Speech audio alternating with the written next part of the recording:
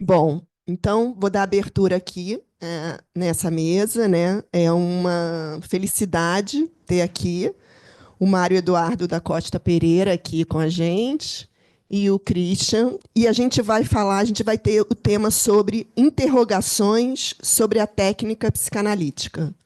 O Mário Eduardo começa, depois o Christian continua e depois a gente abre para uma fala aqui, para um debate nosso. Tá bom? Vamos lá. Se o Mário Eduardo quiser também se apresentar, por favor, Christian também, tá?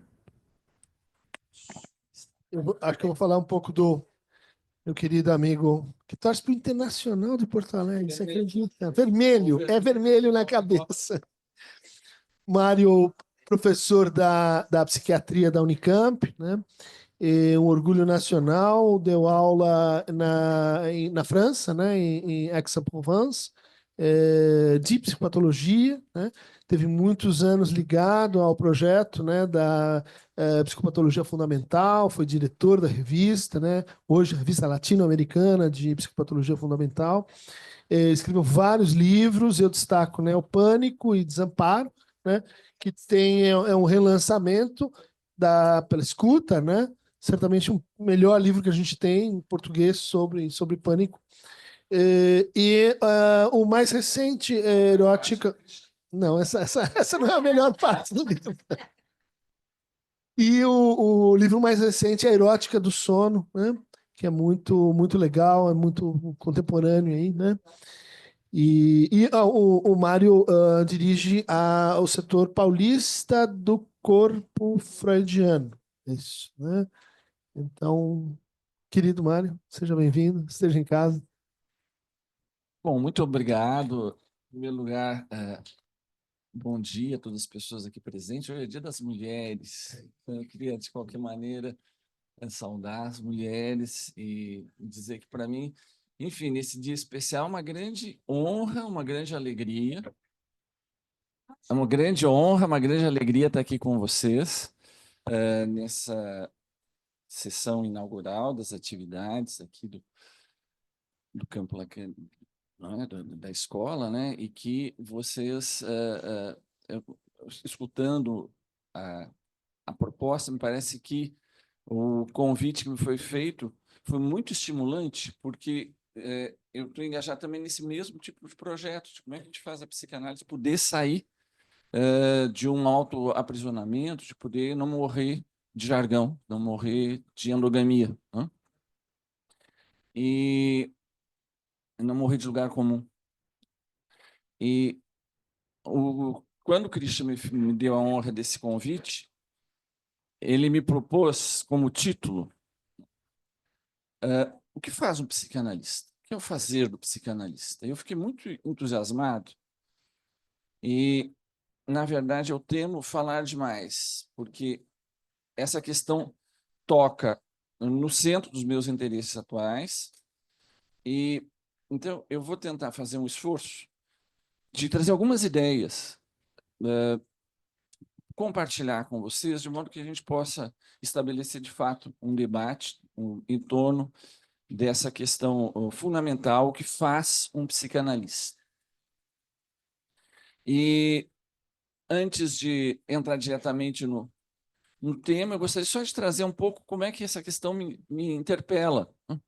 Porque uma das minhas linhas de pesquisa, não é, justamente, eu dirijo na Unicamp um laboratório de pesquisas sobre a questão da psicopatologia, numa perspectiva psicanalítica, eu chamo a psicopatologia do sujeito, a gente faz vários anos que está trabalhando nisso, e tem pensado o que seria, então, uma psicopatologia não mais descritiva do ponto de vista do que se vê, mas a partir do que forma impasse para o sujeito na sua realização possível no laço social, e o que seria tratar, não é? O que são essas concepções de tratar e de tratamento, e de que maneira a psicanálise pode contribuir para o conjunto das práticas clínicas, e não no senso estrito da clínica psicanalítica, num pensamento do que seria a direção do tratamento nas práticas clínicas em geral.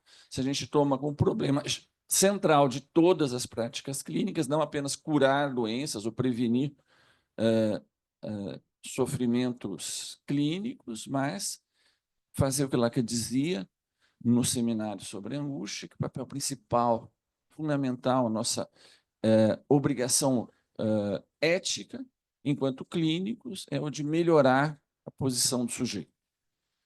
Se a gente toma essa ideia como diretora de uma concepção geral do que é a clínica e do que é a direção dos tratamentos em geral, a gente pode se interrogar sobre isso. Então, é nesse sentido que eu vou tentar falar para vocês, estimulado pelo convite do Christian. Eu te agradeço muito, olha, realmente foi muito estimulante. O que faz um psicanalista? Eu queria começar com uma breve reflexão sobre essa ideia do fazer.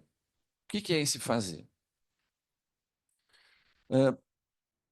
Se a gente tomar a ideia do fazer numa perspectiva de uma tradição filosófica ocidental, nós vamos ter pelo menos 3 grandes dimensões do que é esse fazer. O que significa fazer? A gente vai ter, por exemplo, uma tradição platônica que vai separar um conhecimento teórico, né, produzir um episteme, um conhecimento que dá provas da sua racionalidade. Vai ter a ação prática, que é a praxis, e vai ter a produção, que é a poiesis. Esses 3, de certa maneira, recobrem o fazer. Produzir teoria racionalmente, a praxis e a poiesis. No Aristóteles, nós vamos ter algo que é muito importante, que nós vamos voltar a esse tema, uma interrogação, entre outras, né? Desses objetivos, né? Ele vai na ética, no centro da ética, a Nicômaco, vai ter a noção de eudemonia, o que é uma vida realizada, o que é uma vida que vale a pena ser vivida, o que é uma vida boa. Vai ser um tema freudiano central no das Umberhagen der Kultur, né? No mal-estar da civilização. Vai ser toda uma teoria sobre o que é uma vida realizada. E a ideia no Aristóteles da poiesis, e eu gostaria de tomar esse aspecto, porque ele vai ser muito importante, que nós vamos discutir aqui. Poiesis tem a ver com um fazer algo com um fim externo. Produzir algo, produzir um objeto. Então, criar, nesse sentido de que algo se produza. Por exemplo, esse é um dos exemplos que nós vamos ter decorrentes aqui dessa noção de poiesis, a ideia de como é que um oleiro produz um pote. Essa figura é uma figura mais ou menos universal, não apenas da filosofia ocidental. Nós vamos ver como é que ela se coloca também na filosofia oriental, e ela é decisiva para a gente poder pensar o campo da clínica e o campo do que faz um analista. Como é que ele faz? Que tipo de poieses, que tipo de potes a psicanálise propõe de fazer?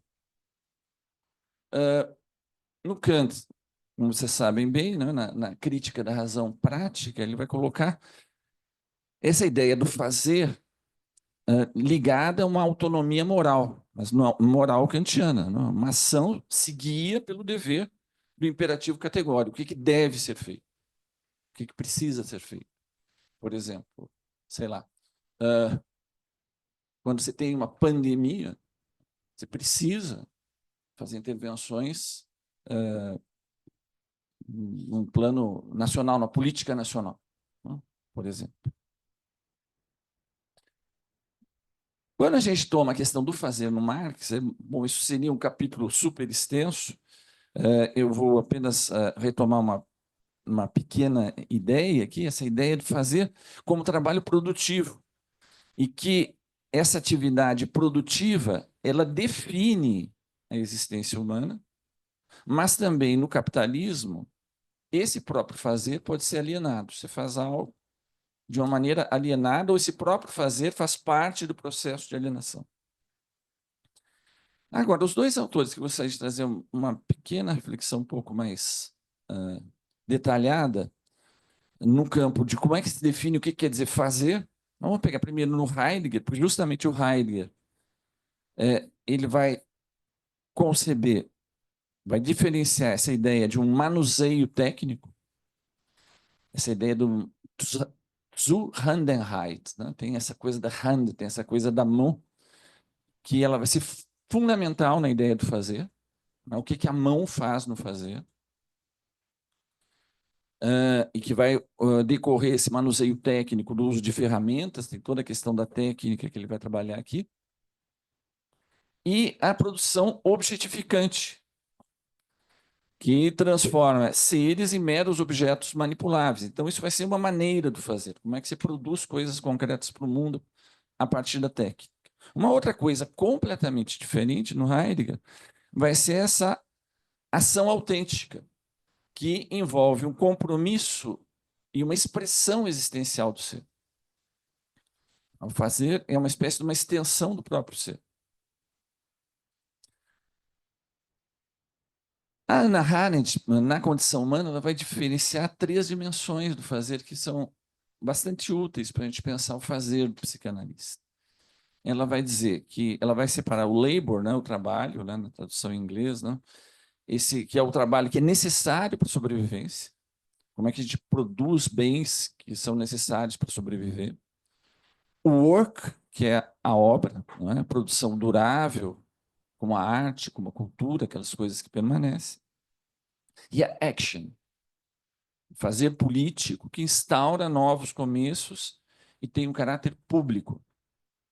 Então, nós vemos que a ideia do fazer, ela nos remete, na verdade, por si mesma, a uma grande reflexão. Como que ela incide? Evidentemente, eu não vou retomar aqui coisas que são mais do debate lacaniano, eu não vou retomar aqui o seminário 15, não é a gente pensar o que é um ato analítico, mas um passo atrás, simplesmente uma ideia geral do que são essas dimensões próprias do fazer. Então, nós vamos ter essas diferentes dimensões de uma poiesis, de uma técnica, de uma praxis, de uma autoconstituição do sujeito, como a gente vai ver no Marx, como vai ver no Heidegger, essa criação de novas realidades. Ou seja, cada uma dessas abordagens mostra que o fazer não é apenas um ato instrumental, mas pode ter significados existenciais, sociais e políticos profundos.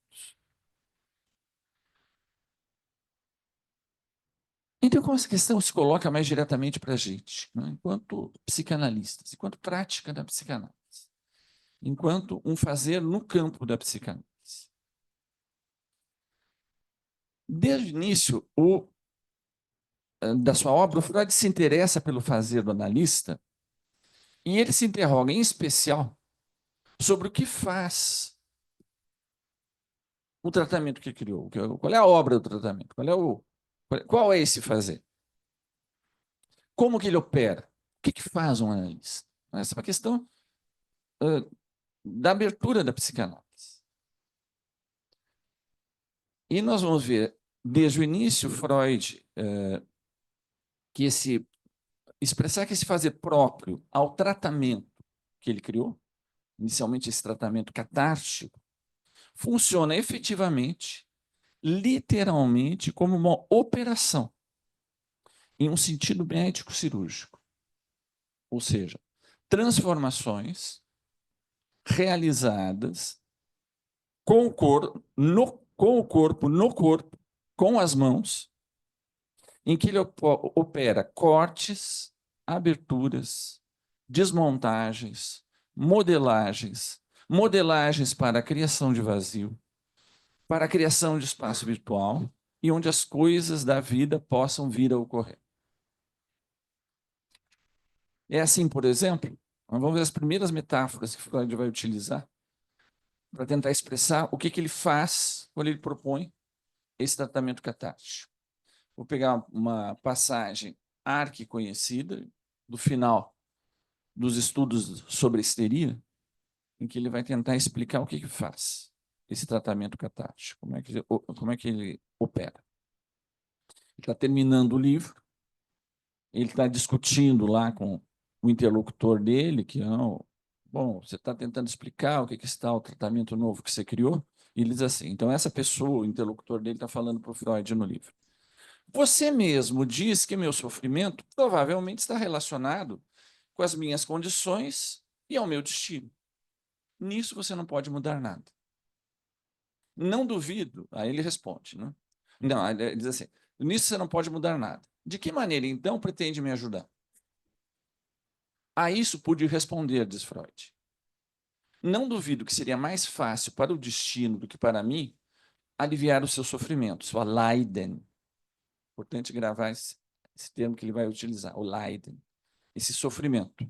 Mas você verá que já é um grande ganho se conseguirmos transformar a sua miséria histérica em um infortúnio comum. Não é? O termo que ele utiliza não é essa Unglück, não é? Infelicidade comum. Né? Assim, infelicidade comum. Então, vejam, é uma proposta bem modesta. Mas ele vai dizer assim, contra esse último, qual é que é a vantagem, então, do tratamento? Você poderá se defender melhor com o sistema emocional restabelecido. Então, veja, ele não promete felicidade, ele não promete visão de mundo, ele não promete qual é a resposta para o problema da eudemonia, qual é a vida certa de se viver, qual é a vida boa. Não é? Ele tem uma proposta bem mais modesta do que isso. A modesta proposta do Freud é como é que o sujeito desempata uma vida que está cristalizada, então o pano de fundo que ele tem no início é uma neurose, ele não está ainda pensando em termos da psicose, aqui é o estudo sobre a histeria, não está pensando sobre a perversão, está pensando, você tem uma vida que está travada, está cristalizada, então nós vamos fazer uma operação clínica nisso que te impede de transformar teu sofrimento contingente da neurose na gestão da miséria humana comum. E eu não me coloco na posição do pastor Pfister, né? Ele vai discutir amplamente isso com o Pfister, né? Para que caminho a gente leva, né? Qual é a solução final aí para o sofrimento humano, mas algo bem mais.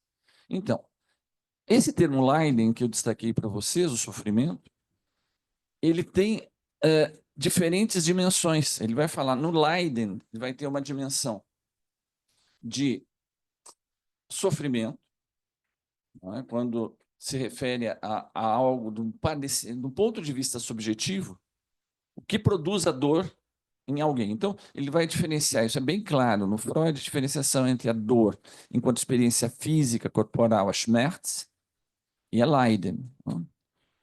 Tanto que não necessariamente uma Schmerz, uma dor, no sentido físico, vai ser subjetivado como Leiden. Não? Aí toda a questão, não é, do problema econômico do masoquismo, toda a questão, não é, desse enigma, como é que alguém pode gozar com dor, está presente no Freud. Então, desde o início. Então, como é que se incidindo num sujeito particular vai provocar uma Leiden? Isso é uma questão fundamental para o pensamento da psicopatologia, da história da psicopatologia, não apenas da psicopatologia psicanalítica, de separar o que é a dor, não é? O que é Schmerz da Leiden. A gente pega, por exemplo, o Victor von Weizsäcker, que foi um grande teórico do problema da patologia. Ele foi um leitor de Freud, como foi leitor de Heidegger, como foi do Russell, de um monte de gente, né? Foi um correspondente do Freud, também foi um membro do Partido Nazista, como Heidegger. Mas quando ele escreve seu grande livro sobre a patosofia, né? Como é que você faz uma filosofia do que é o padecer, ele vai dizer que, diferentemente da doença, que é uma alteração física, a patologia supõe o sujeito. E que na clínica o que nós tratamos é da patologia. Como é que aquilo incide em um sujeito específico? Bom, então ele vai dizer assim, como a gente vai transformar esse sofrimento histérico, essa Leiden histérica, em miséria humana comum? Aí ele vai explicar esse fazer. Ele explica esse fazer um pouco antes. Agora vocês vão ver as metáforas corporais que ele usa para essa talking cure, esse tratamento pela conversa.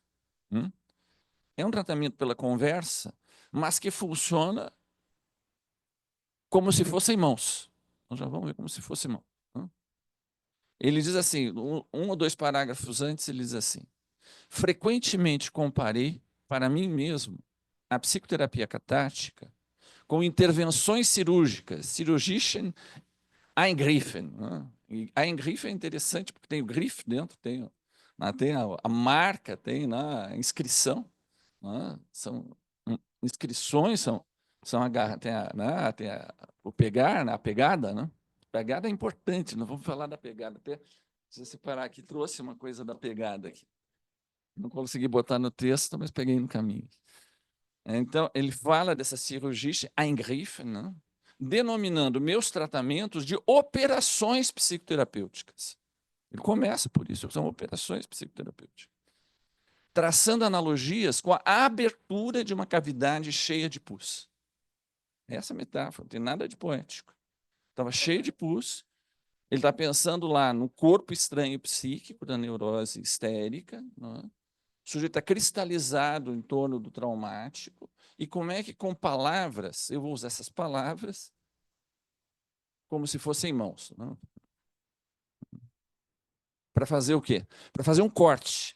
Mas olha o que ele diz: para uma abertura de uma cavidade cheia de pus, a raspagem de uma área afetada por cárie e similares.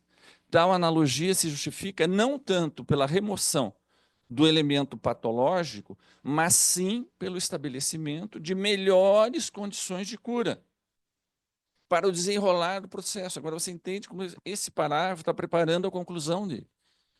Ele não propõe o que vai fazer com essa cavidade depois. Aquilo que estava parado, estava cheio de pus, estava invalidando a vida daquele sujeito, estava tornando inviável aquela vida. Como é que você, com palavras, numa certa situação específica, você consegue fazer algo que é o equivalente de um tratamento cirúrgico? Por isso que essa ideia da mão está presente o tempo todo. Ele vai falar do tratamento, do texto tratamento psíquico, é um psychische Behandlung. Tem uma mão lá dentro, tem uma hand lá dentro.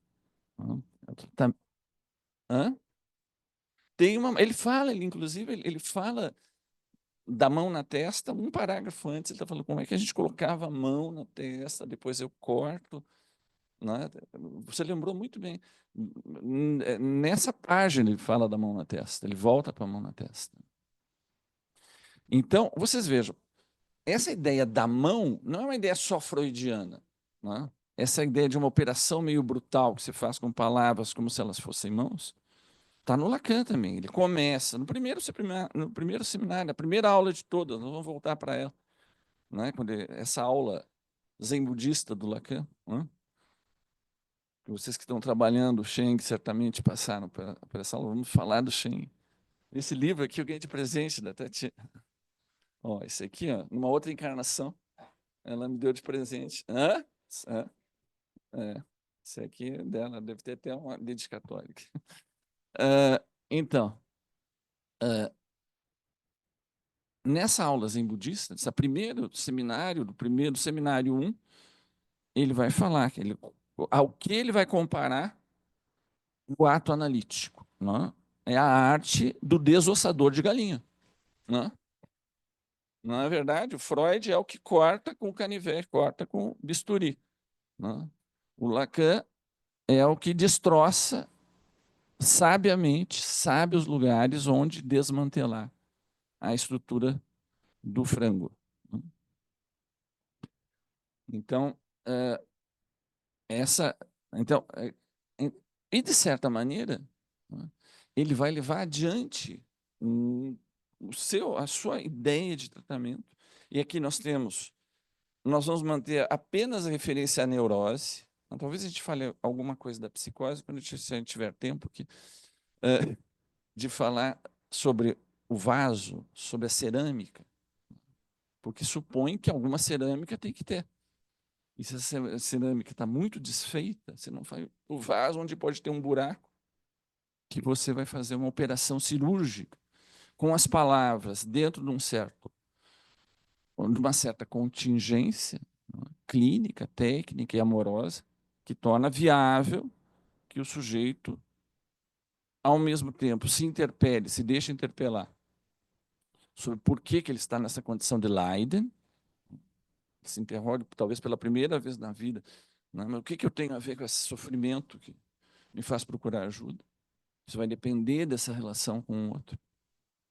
E também vai depender o efeito daquele jogo de palavras possa ter sobre ele. Então, apesar das metáforas serem brutais de um lado e de outro, de Freud e de Lacan,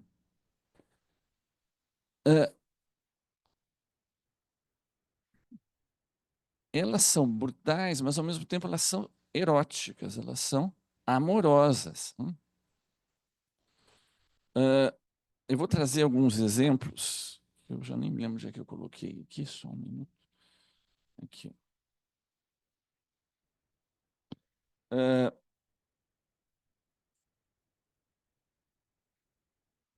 Por exemplo, essa coisa da mão que manipula de uma maneira erótica. Eu antes vou ler ainda de algumas maneiras brutais de cortar. Se a gente pegar na nossa música popular, se pegar no Belchior, você tem 500 metáforas. Você pega lá no rapaz latino-americano, palavras são navalhas. Palavras são navalhas. Quando ele fala palo seco, que é uma das primeiras dele, né? Eu quero que esse canto torto, feito faca, corte a carne de vocês. Então, essa ideia de que corta a palavra, né, ela é ao mesmo tempo psichicha, né? Ela tem essa coisa do buraco, do ar, essa coisa que paira no ar. Não vou entrar nos detalhes dessa ideia da psique grega, mas tem a ver com o buraco, na alma. Quando você tem um cano, não é? Você vai também metáforas todas brutais, convidando. Você estourou o cano no seu banheiro lá, está vazando tudo, né? Você tem que ir lá no sujeito, ele vai te perguntar o que vai vender o cano, qual é a alma do seu cano. É o buraco interno. A alma é o vazio interno. Né? Então, é um psichiche, né? É um tratamento da alma. Como é que você desentope o cano? Como é que você faz poder fluir de novo? E você trabalha um Behandlung, você usa as palavras como se elas fossem mãos, né? Aqui para pegar a lírica do Chico Buarque, né? Na lábia. Né? Na lábia, ele fala, né, lá no Cambaio, depois vocês releiam, a letra é maravilhosa. Né? É uma mulher que fala como é que ela só consegue se entregar para o seu amante, ainda que ele a ame muito, se a lábia permitir. Tem que ter uma certa lábia, né? Então, ela fala assim aqui. Ele fala, né, que palavras de virar a cabeça o meu amado vai contar. Palavras como se elas fossem mãos. Tantos rodeios para, enfim, me levar, coisas que dele já são. Então, essa aqui ainda é um usar da palavra manualmente, né? Que você entende o contexto erótico. Né? No Leonard Cohen,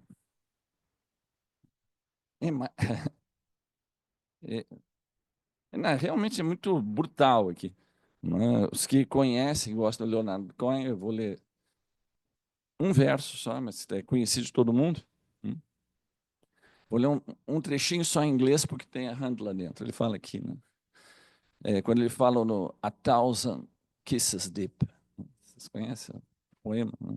É um poema, ele recita, no último show dele, ele recita inteiro. E ele fala, you came to me this morning, né? Você veio para mim de manhã, and you handle me like meat. Você me manipulou como se eu fosse um pedaço de carne. You had to be a man to know how good that feels, how sweet. Né? Você precisa ser um homem para entender, para saber que sensação boa, o quanto isso é doce. Ser manipulado como carne, como um pedaço de carne. Então, vocês vejam, essa ideia de um tratamento pela palavra não tem nada a ver com tratamento pelo ar. É como é que você interfere concretamente. E essa ideia está presente desde o início como uma abertura, como corte, como algo que não é exatamente uma adesão a uma Weltanschauung, uma visão de mundo, uma concepção do que é uma vida boa, o que é uma resposta ao problema da eudemonia. Tem um grande autor da epistemologia da psiquiatria contemporânea, o Sadler, John Sadler, que é um dos grandes filósofos contemporâneos da psiquiatria. E ele fala, né, que os psiquiatras são capazes de produzir muitos tratamentos, aliviar muito sofrimento, né? Mas aquilo que os psiquiatras e a sua especialidade considera como sendo a verdadeira eudemonia é o the best kept secret da psiquiatria, é o segredo melhor guardado da psiquiatria. Qual é a ordem suposta que seria o tratamento da disorder? Não? Tem a panic disorder, tem sei lá, personality disorder. Né? Então, você define o que é a transgressão, mas você não define qual é a ordem. Então, esse é o the best kept secret. Bom, vocês vejam aqui que, desde o início, o Freud diz, né, isso aqui é a ver, nós vamos colocar um pouco de tempero nisso, se não tem nenhuma Weltanschauung, né, mesmo. Né? Bom, então, esse é um aspecto importante para a gente poder definir o que é esse fazer. Né? Agora, nós partimos do ponto de vista, né, de que, bom, é preciso fazer análise, né, estamos pensando no ponto de vista da neurose, que é de fato, o que ela se propõe, é uma lise. Análise quer dizer, lise quer dizer quebrar, destruir, uma destruição, uma quebra. E ana, é difícil de traduzir, mas ana dá uma ideia de um movimento sublime, de algo que sai de um patamar inferior e passa para um patamar superior. Então, você quebra, você faz uma lise, você faz uma destruição, que permite que algo que estava congelado num patamar inferior possa ter esse movimento sublime para cima e se organizando num outro patamar. A questão é, uma vez que abriu isso, o que faz com isso? Esse foi um debate que teve numa correspondência entre Freud e o pastor Fliess. Eles eram muito amigos, apesar de discordarem muito, eles se mantiveram, enfim, com relações amistosas. Foi um dos poucos, talvez o pastor Fliess e o Binswanger foram um dos poucos que discordaram teoricamente do Freud e continuaram amigos do Freud. Né? O resto tudo se deu. Vocês vejam a importância da proposta de vocês aqui. Né? A história não ajuda. O Binswanger foi fiel ao Freud até depois da morte. Ele foi atrás da família, foi realmente, apesar de discordarem radicalmente. Bom, então eles estão discutindo lá e o Binswanger, né, todo preocupado com a coisa pastoral dele, mas Freud, você só influencia, só pensa em termos de uma análise dessa quebra. E se a quebra for grande demais? Se desestruturar demais? Não é importante, além da gente pensar uma psicanálise, uma dimensão de psicossíntese? Esse é o debate dos dois. Aí o Freud responde. Depois vocês procurem a carta, não tem ela aqui em mãos, mas ele responde mais ou menos assim, é muito bonito de ver. Ele diz assim, olha, quando a gente consegue, depois de muito tempo, que finalmente um paciente neurótico, você fez uma intervenção, que pela primeira vez ele ficou siderado, e que ele se colocou em questão, você pode ter certeza que você achou que foi a melhor coisa que você conseguiu na vida, ele vai terminar aquela sessão, você fechou a porta e tudo se reorganizou de novo. Hã? Hã? Porque essa tendência do ego, o ego é uma instância de síntese. Então nós não precisamos nos preocupar com a síntese, porque isso naturalmente se faz. A nossa grande questão é que ele insiste nisso dos inícios, é de manter aberto o buraco. de manter permeável esse vazio interior. Estamos chegando no fim. Como é que se mantém, então?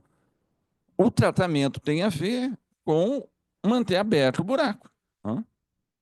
Bom, essa ideia de manter aberto o buraco, eu não vou insistir nas metáforas aqui que seriam muito fáceis, mas,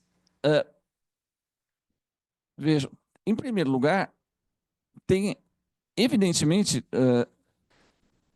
se pensa, então, nessa ideia da análise, então, quais são os elementos desse fazer, que é uma lise, que está no centro do sofrimento da neurose. O sujeito está cristalizado numa maneira de funcionar, ele repete sem fim algo no qual ele não consegue ter uma vida que ele sinta que vale a pena existir, ele se torna inviável existencialmente.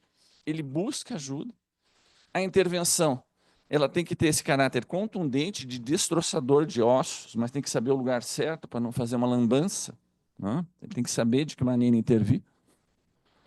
E de como essa operação pode permitir enfim, não exatamente o atingir uma forma ideal de viver, mas desbloquear algo no sujeito, que algo possa voltar a circular.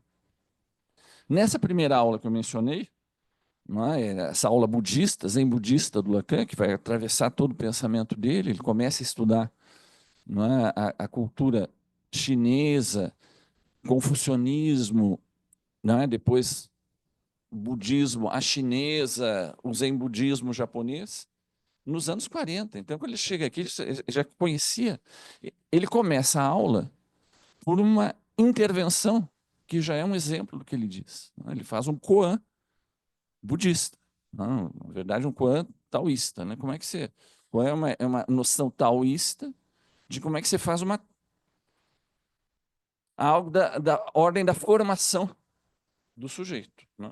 E como é que você diz algo, faz algo de desconcertante, você dá um pontapé numa coisa, fala uma frase de múltiplos sentidos que você provoca um efeito de sideração no auditor. A intervenção tem um efeito de sideração. É a primeira coisa que ele diz nos seminários. Eu não quis nem falar do seminário 15, porque o seminário 15 é simplesmente uma reiteração disso.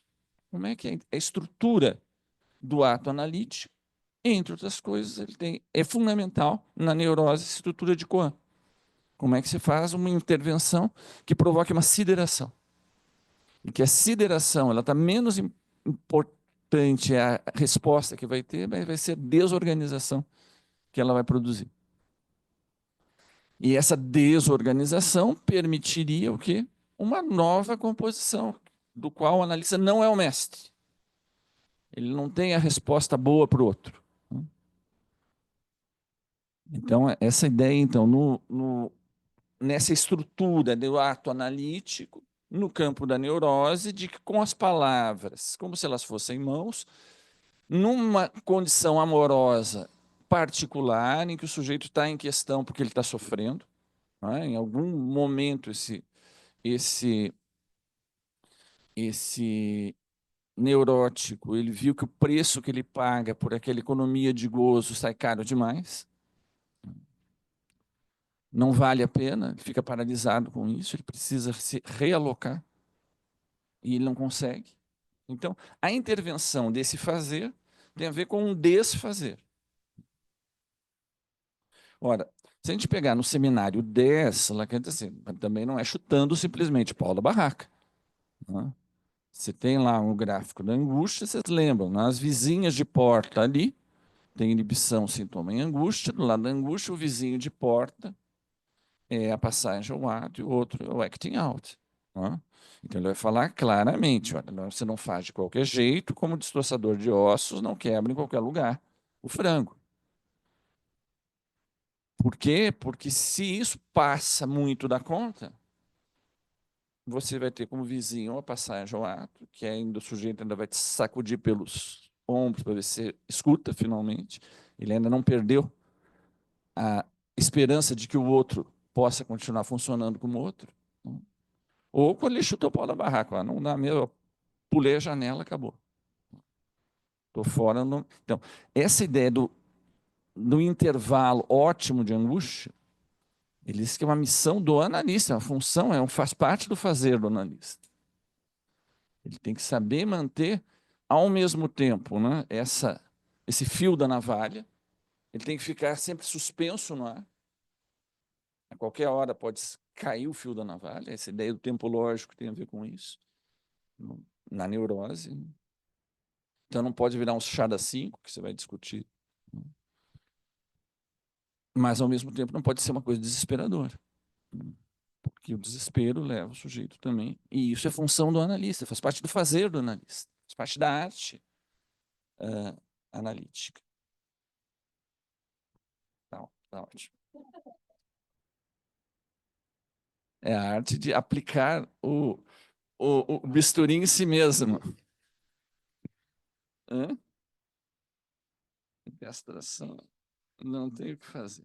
15 minutos dá. Nossa. Ó. Bom, então, essa ideia, então, de que faz parte do fazer manter um certo gradiente da angústia é importante. Vai ter outras que vão surgir, né, como importantes no fazer do analista. Eu apenas vou mencionar para a gente poder me dedicar a um tópico específico aqui. Por exemplo, né, vai fazer parte do ato analítico o reconhecimento, a pressuposição. Né? Isso faz parte do ato analítico no interior de qualquer clínica. Né? Ou, digamos que de qualquer clínica, faz parte você fazer, por exemplo, uma pressuposição de sujeito. Se você reduz o outro apenas a um objeto de estudo, ele jamais vai aparecer como sujeito. Então, faz parte de uma arte médica uma pressuposição de sujeito. Você quer transformar alguém com síndrome de Down num retardado mental, você o trata como um retardado mental por antecipação. Incurável. Tudo que nós conseguimos mudar na síndrome de Down de fundamental foi que os clínicos, e não apenas os psicanalistas, aliás, os psicanalistas até tiveram relativamente pouco a ver com isso, começaram a pressupor que aí haveria um sujeito possível que poderia ter uma existência própria, digna de ser vivida. Quando essa pressuposição do sujeito começou a ser feita, a mudança imensa que houve na clínica da síndrome de Down pôde se instituir. Então, só para vocês terem uma ideia de como essas questões que são debatidas pela psicanálise têm efeitos clínicos sem ser necessariamente uma passagem pelo divã. Como a discussão dessa questão é fundamental. Você muda a clínica. Né? A gente conseguiu começar a trabalhar com lesões neurológicas, né? Um sujeito que teve um acidente de carro, perde um pedaço de cérebro, o tecido nervoso não reproduz, não há o que fazer. Na hora que você pensa, não é o contrário, agora que está lesionado, aí que nós temos que inventar outras maneiras. Aí começou a poder pressupor um sujeito viável de uma outra forma. Então, todo o tratamento que começou a poder ser feito teve a ver com essa pressuposição do sujeito. Bom, isso que para qualquer clínica é fundamental, ela é indispensável no fazer do analista, uma pressuposição do sujeito. Você quer terminar com a clínica do autismo, você define o autismo de maneira exaustiva, por saberes positivos unicamente. Eu não estou dizendo que eles não existem. Estou dizendo que você definir o autista retirando toda a possibilidade de uma pressuposição de um sujeito possível. Bom, então, isso é importante, é fundamental, mas não é específico da psicanálise. Eu diria que é uma ética humana isso daqui. Nós vamos ter, por exemplo, outros elementos importantes. A instituição, a criação. Né? Isso na clínica, por exemplo, da psicose, na clínica do próprio autismo, como você vai instituir algo que nunca esteve lá.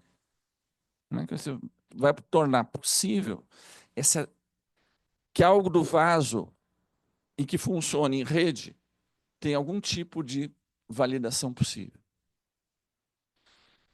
Outra coisa que é fundamental na psicanálise, mas não é exclusiva da psicanálise, que faz parte desse fazer, é a intervenção no laço social. E cada vez mais. Eu vou dar exemplos totalmente chão, né? Eu acabei de dar um totalmente chão. Você não precisa ser um psicanalista para fazendo uma mudança de mentalidades, mudar o destino numa criança com síndrome de Down, por exemplo. Isso é fundamental. Se você não considera que isso é viável, você não faz uma clínica. O que você vai fazer com a questão da clínica de sujeitos trans? Né? Sem operar também no laço social. Faz parte desse fazer, né, esse acompanhar, essa posição agora da mão de novo, mas o do acompanhar na travessia da fantasia. Isso que está muito bem descrito na Paixão segundo GH, porque ela faz uma travessia dos demônios de toda a fantasia. Ela quer se livrar de toda a fantasia, ela quer comer o branco da barata, ela quer comungar o real. Deus é real, ela fala. E ela diz assim, leitor, eu preciso de você e de Deus que vocês me deem a mão agora. Eu preciso da mansuetude. Só que chega um certo momento em que ela diz assim, agora eu preciso me soltar a tua mão, eu não quero que você me acompanhe mais com a mão, e preciso soltar da mão de Deus. Para eu poder ter essa comunhão com o real, eu não posso mais ter. Ela vai lá e come o branco da barata. Daí, suponho que não seja um spoiler fantástico. Porque...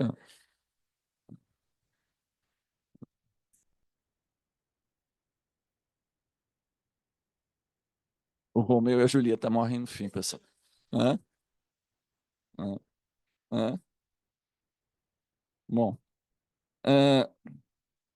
então, ela abre mão da mansuetude, porque ela realmente quer ter essa experiência de tentar se lançar ao real. Ela fracassa. Tanto que o livro termina pela desistência dela. Desiste de fazer um com o real. Mas ela precisa se lançar nessa experiência. Ela precisa de alguém que acompanhe com mansuetude na travessia de toda a humanização dela. Porque ela precisa se desumanizar totalmente, ela precisa se desidentificar totalmente, passar por aquilo que é um dos elementos mais enigmáticos desse fazer analítico discutido pelo Lacan, que é esse desabamento do objeto A. O que quer dizer esse desabamento do objeto A? Com o passo incontornável, né, para o final de uma análise. E então, precisa tanto da mansuetude quanto um momento de soltar a mão. Né? Um dos grandes místicos da igreja, que o Lacan adorava, leu 500 vezes, mencionou 500 vezes, que é o São João da Cruz. Né? Ele escreve seu grande livro de uma espécie de ascese mística, como é que a gente pode ter uma experiência direta de Deus. Né? Quando ele escreve A Noite Escura. A Noite Escura é muito importante, olha, vocês que estão trabalhando com Sheng, eu vou pelo menos falar uma coisa do Sheng, não há como pensar o taoísmo, e principalmente o zen budismo, sem pensar que o lugar a atingir não é fugir da noite, mas é poder aceitar a noite. Né? A noite não tem essa conotação ocidental, que a vida é luzes, né? O iluminismo. Né? É o contrário. Como é que você pode se... Então ele vai dizer que o primeiro passo, olha, ele começa o livro dizendo isso, se você quiser ter algum contato real com Deus, a primeira providência é desistir de Deus. Né? Se você esperar qualquer coisa de Deus, se você tiver qualquer tipo de fé, acabou. Né? Não dá nem para começar. É muito interessante. Né? Então, essa é a possibilidade de ter algum contato de um Deus real. Bom, aqui, na experiência analítica, tem algo de fundamental. É como é que é possível levar o sujeito, acompanhá-lo, sustentar, suportar essa travessia em que o sujeito vai desabar suas fantasias, os seus ideais, as suas identificações, por fim, o próprio objeto A, vai chegar a esse ponto, como dizia o Lacan, né, quando ele fala da análise que produz, né, um analista, ele tem que chegar a esse ponto de ele se encontrar com a própria experiência da Hilflosigkeit, do desamparo, né, desse ponto, diz Lacan, em que não há mais ajuda a esperar de ninguém. Não há mais ajuda a esperar de ninguém. Então não é ali que termina a aventura, é ali que começa a aventura. A partir dali algo começa, não é que algo termina. É como poder encarar com serenidade esse ponto. Bom, Então, nós vamos chegar, agora eu vou encerrar com uma pequena reflexão, então, sobre o desabamento do objeto A e o que isso tem a ver, então, com essa referência que no Lacan nos permite pensar esse fazer analítico, que para ele é fundamental. E quanto mais a gente estuda, não é, vocês que estão fazendo esse cartel, certamente mais é clara, é evidente a relação que o Lacan tem, por um lado, com o taoísmo, do outro lado, com o zen budismo. Né? Que elas não se fundem, mas no zen budismo elas são bem mais próximas. Né? Essa fusão dessa tendência indiana e chinesa que vai encontrar no zen budismo japonês uma consolidação. Então, no Lacan, né, leitor da tradição oriental, nossa, teria um monte de coisa para dizer. Nossa, não, você vai ficar por outra vez. Se vocês pensarem, não, se vocês pensarem, olha, se vocês pensarem nos autores que mais influenciaram o Freud, né, todos eles passaram por essa questão. Schopenhauer, ele faz uma obra de reflexão sobre o budismo. A sua obra é uma obra sobre o que é a miséria humana e o que é a salvação quando você muda a tua relação com o desejo. Está tudo lá. Nietzsche, a mesma coisa. Como é que você pega nesses dois? Vamos pegar, né, esses dois grandes nihilistas que pegam na tradição oriental, que, de certa maneira, aos olhos do Ocidente, é um nihilismo, tem que desistir do desejo, o desejo é o centro da dukkha, é o centro do sofrimento, o centro da insatisfação.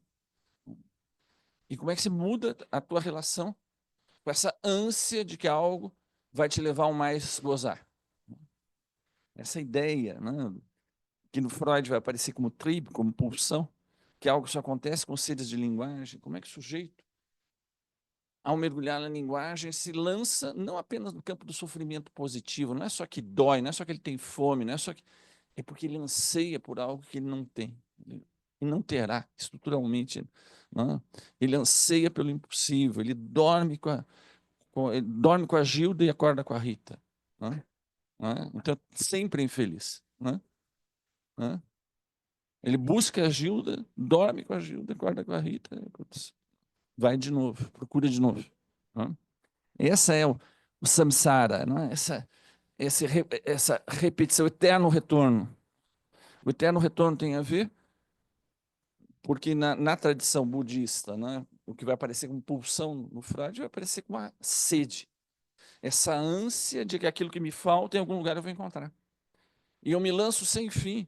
E eu, cegamente, essa ideia da cegueira, né, aparece no Lacan, né, essa coisa acéfala, sem cabeça. Aparece o acéfalo, La Cefale é a revista do Jorge Bataille, o Sem Cabeça. Não tem cabeça. Ele é lançado sem cabeça. Essa coisa da castração, ela é fundamental de saída, é só o sujeito assumir. Então, a questão do objeto A, e agora eu vou terminar, né, a queda do objeto A, que é algo fundamental nessa operação analítica, em que o analista não produz, mas ele acompanha, ele torna eventualmente isso possível, nessa situação bem particular, ela é decisiva. E ela é muito próxima do que você vai encontrar no taoísmo, no Cheng, que eu ia ler um trecho, mas nem vou mais, porque não vai dar tempo de discutir. Mas está aqui, tem um pedaço do Tao Te Ching, né, que vocês leiam depois, né, no Tao Te Ching, né, o livro central do Tao, a passagem 11, né, o capítulo 11, que ele vai dizer assim, né, que é o que todos usaram, Heidegger usou, Lacan usou, todo mundo usou, que é essa referência ao Tao Te Ching, que é a metáfora do vaso, a metáfora dessa cerâmica, da cerâmica. Ele vai dizer assim, eu vou ler e vou terminar. Deixar em aberto, vai ter conclusão. É assim, olha aqui, ele diz assim, é curtinho. 11, a atuação do invisível no visível. Tem 500 traduções, né? Como vocês todos passaram para o seminário 18, né? Uma escrita ideográfica, Não é uma escrita literal. Então, você tem, né, traduzir é muito mais interpretar. Então, cada tradução é uma nova interpretação do Tao Te Ching. Eu vou ler uma para vocês aqui. 30 raios convergentes, no centro tem uma roda. Mas somente os vácuos entre os raios é que facultam seu movimento. O oleiro faz um vaso, manipulando a argila, mas é o oco do vaso que lhe dá utilidade. Então, o desabamento do objeto A tem a ver com algo que o sujeito conquista, e não é propriamente algo que o analista impõe. É que essa ânsia, aquele objeto, que durante muito tempo o analista vai ser a fachada desse objeto, vai sustentar a fachada desse objeto, o sujeito vai poder se encontrar com a vacuidade disso. Essa ideia da meditação, que é central tanto no taoísmo como no budismo, não é uma meditação ocidental, para relaxar, para entrar em contato consigo mesmo, eu profundo, não tem nada a ver com isso. Né? É uma postura cosmológica. Como é que eu despido com o eu, consigo finalmente estar tranquilo com a noite escura? Ora, na visão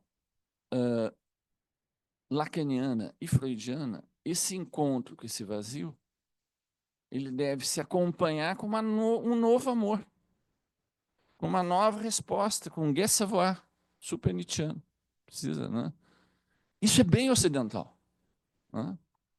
Não é? Isso não é uma coisa neutra. Dizer que no buraco você tem que ter um gay, não sei, alguma coisa. Né? Isso aí é como é que é suportável para nós. Que seja essa única saída, né? Que não tem visão de mundo implicada nisso, como queria o Freud, é uma pauta para debate. Né?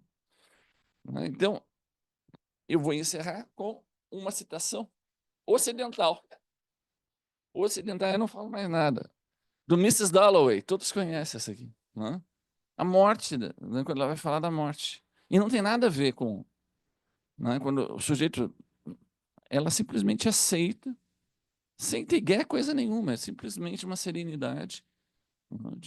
Em algum momento, você se entrega para o fim. Né? E ela diz assim, vou ter que fazer uma tradução meio facão aqui. Tem em inglês aqui. No final, ela diz assim, olhar a vida no rosto, sempre. Olhar a vida na sua face. E conhecê-la pelo que ela é. E, no final, amá-la pelo que ela é. E, então, colocá-la de lado. Tá bom, obrigado, gente.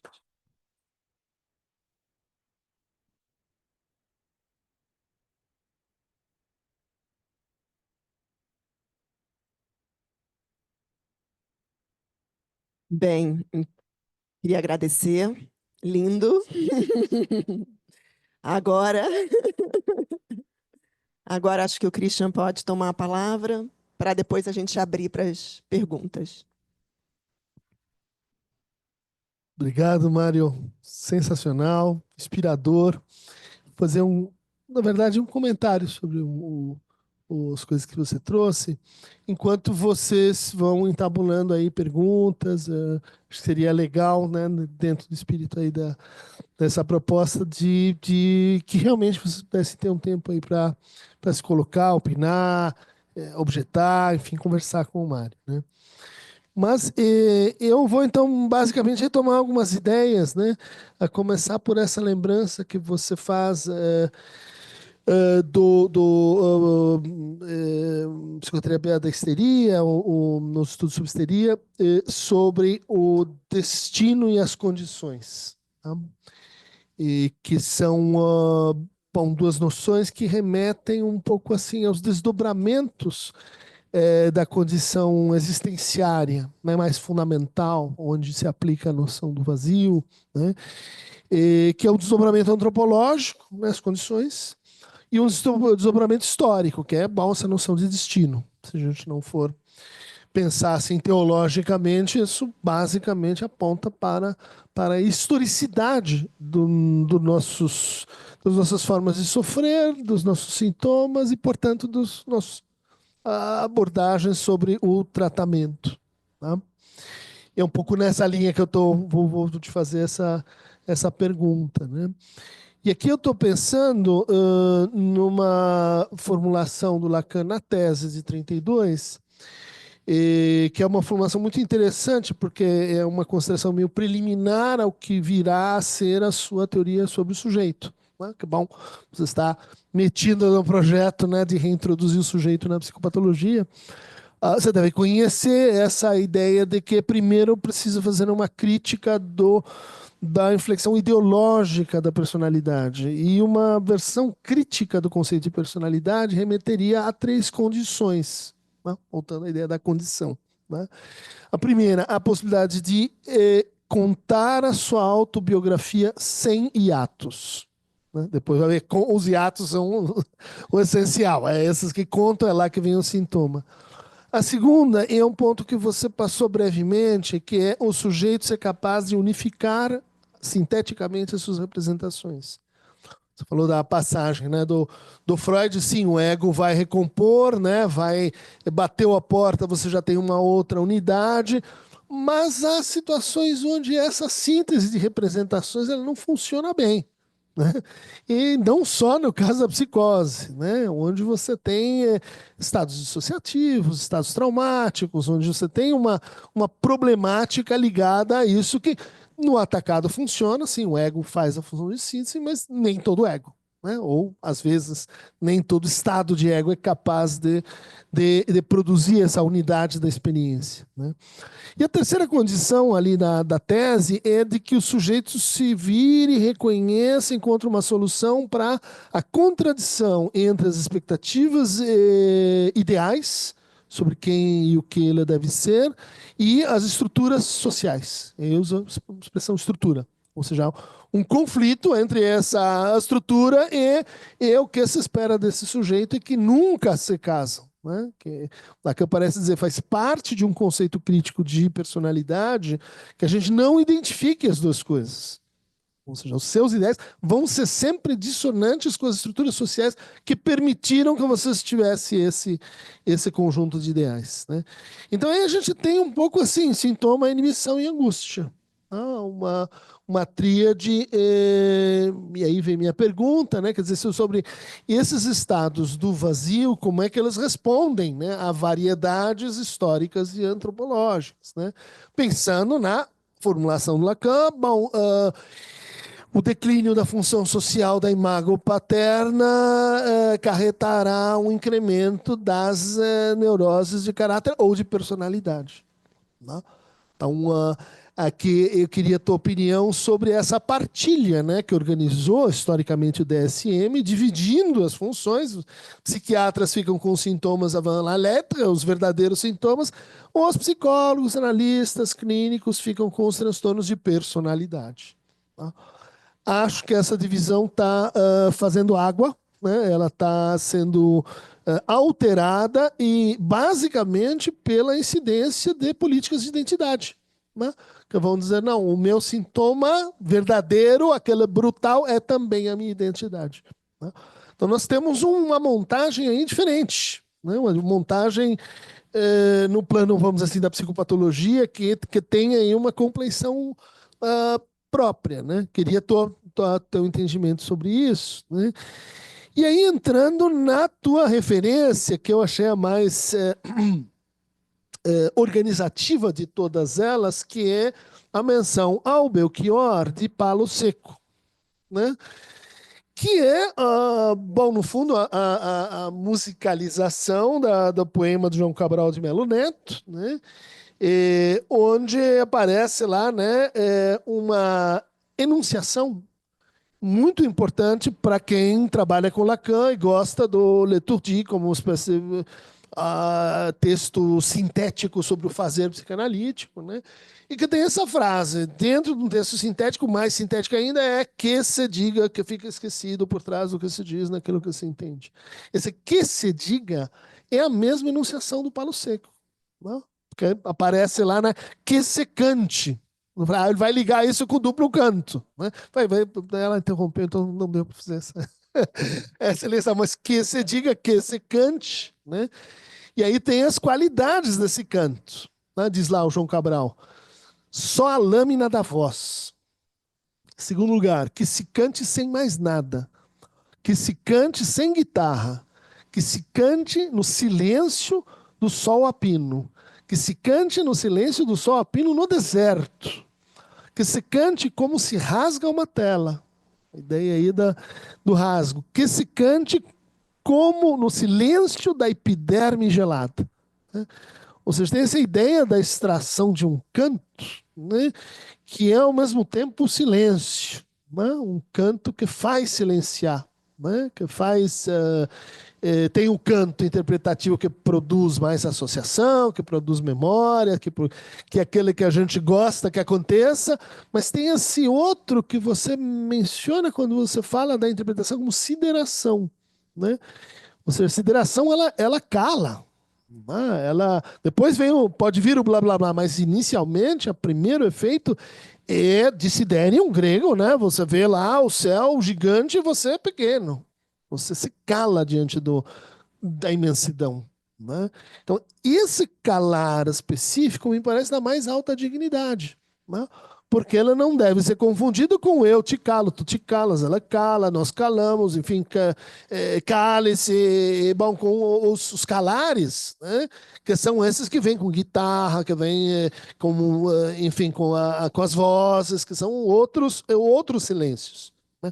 Então, há uma diagnóstica do silêncio aqui em jogo, né? Que eu queria convidar você a desenvolver um pouco essa ideia, né? Ela vai aparecer nas tuas alusões ao vaso, né? E de fato eu pensei, bom, o vaso é também o ângus, né? Onde você está entre duas, está no lugar fechado dentro, de onde vem a angústia. Você mencionou isso, né? O vaso é um paradigma para a criação, Heidegger, né?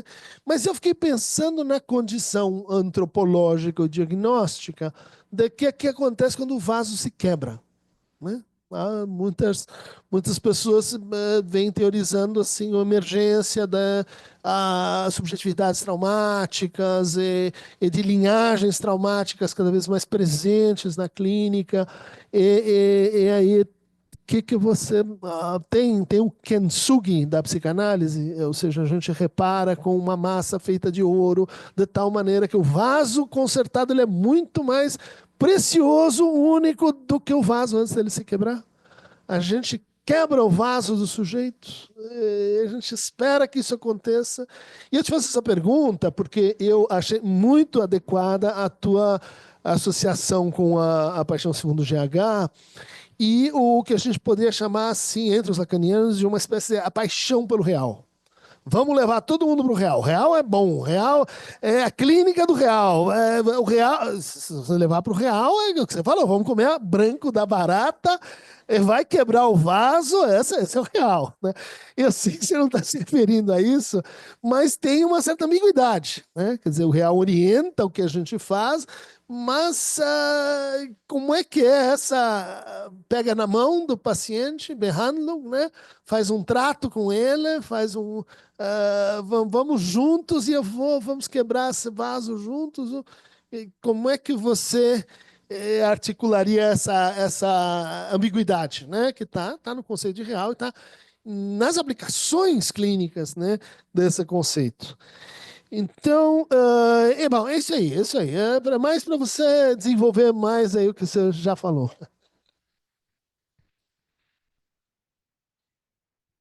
E se a gente abrir para as perguntas e aí você ir costurando, né? De qualquer forma, eu gostaria de agradecer vocês dois pelo entusiasmo pela psicanálise durante tantos anos. E vocês transmitem isso, né? Vocês são passadores da psicanálise. E eu fico muito feliz de poder estar aqui recebendo isso de vocês. Gostaria de agradecer. Mas vamos abrir, então. Quem quer trazer também, a gente vai até 12h15. Gláucia. Eu não vou saber o nome de todo mundo, gente. As pessoas, como a Bel Gláucia, disse, Tati. falam. Tá? Seu nome? Seu nome. Eduardo. Vamos recolher de 3 perguntas e aí... Tá bom. Vamos lá, Gláucia, começa aí. Eu queria agradecer a mesa, agradecer as questões. Eu queria pôr 2 questões para continuar a conversa também, né? A primeira, eu fiquei pensando, Mário Eduardo, na questão diagnóstica, quando você dá os 2 exemplos, uma do bisturi, que abre uma ferida purulenta e raspa, e o desossar o frango. Eu fiquei pensando se não tem algo aí que muda o lugar do que é a doença. Porque uma coisa é você imaginar a psicanálise olhando um ferimento com pus e tudo que isso implica, e a outra é desossar um frango, que conversa muito com a historinha lá dele do metade de frango, né? Porque quando você desossa um frango, você tira algo que estruturava aquele frango, né? E você trabalha com esse material que está ali pela estrutura. E fiquei aqui pensando, e te agradeço de trazer isso, porque não me ocorria, se não tem uma diferença de olhar a patologia. O que que é uma patologia, né? E uma última coisa também, para a gente continuar conversando, é que normalmente quando fala do vaso, né, sempre se olha o olheiro ali já fazendo vaso. Só que para fazer um vaso, se amassa a massa, até acabar as bolhas da massa, se cortar a massa. Hoje se faz isso com máquinas, né? Tem máquinas, eu tive, o Christian também deve ter visitado, a gente teve no Piauí, em tempos diferentes, a fábrica de cerâmica, né? Então, tem um procedimento que é anterior. Por que que eu estou trazendo isso, né? Porque a gente fica muito preso na ideia do fazer o vaso. Mas se faz o vaso a partir de uma massa compacta. Isso que você trouxe tão bem da alma entupida, né? O Lacan, tanto que antes de qualquer corte, o Lacan fala das voltas e voltas no touro, né? O touro é esse lugar que tem a alma, né? Esse lugar que há que ser, né? A gente pensa no vazio, mas chega entupido, né? Então tem algo aí que eu acho de se pensar, se a gente não recebe algo para fazer, né, operações que primeiro promovam esse vazio para que venham os cortes, né? Você cita a Turdito, né? E é tão bacana que ali eu sempre tenho a ideia quando ele fala agora um pouco de topologia, que é quase que Lacan fala assim, olha, tá difícil de entender, eu vou desenhar. Só que ele não põe desenho, a gente tem que fazer um esforço para ver os desenhos. Que é assim, olha, você precisa partir do touro neurótico para extrair algo dali, costurar e chegar na banda de Möbius, né? Ele faz esse percurso em Aturdito. Então, eu estou trazendo essa experiência da mão, né? É preciso amassar a massa antes de pôr no torno. Quando está no torno, você já fez uma operação. É que o filósofo, né? Vai olhar ali o olheiro fazendo, eu acho uma coisa bonita, né? Mas o fazer mesmo é anterior a isso, né? Tem mais do que isso. Então, só acrescentar isso para a conversa. É o Eduardo. Bom dia a todos. Xará, muito obrigado Fiquei fritando aqui. A minha pergunta é muito pontual, talvez, né? Enfim, você foi falando da questão da mão, e tal. Eu fiquei pensando qual é o limiar, né, entre o manejo e a manipulação, né? Nesse sentido, por exemplo, quando você fala farmacêuticos manipulam remédios, né? A gente fala na nossa prática de manejo. Então, qual é o limiar, né? Qual é esse limite, se tem algum? Né? É, Tati. E aí a gente volta para a mesa. Já foram 3. É você a terceira, né?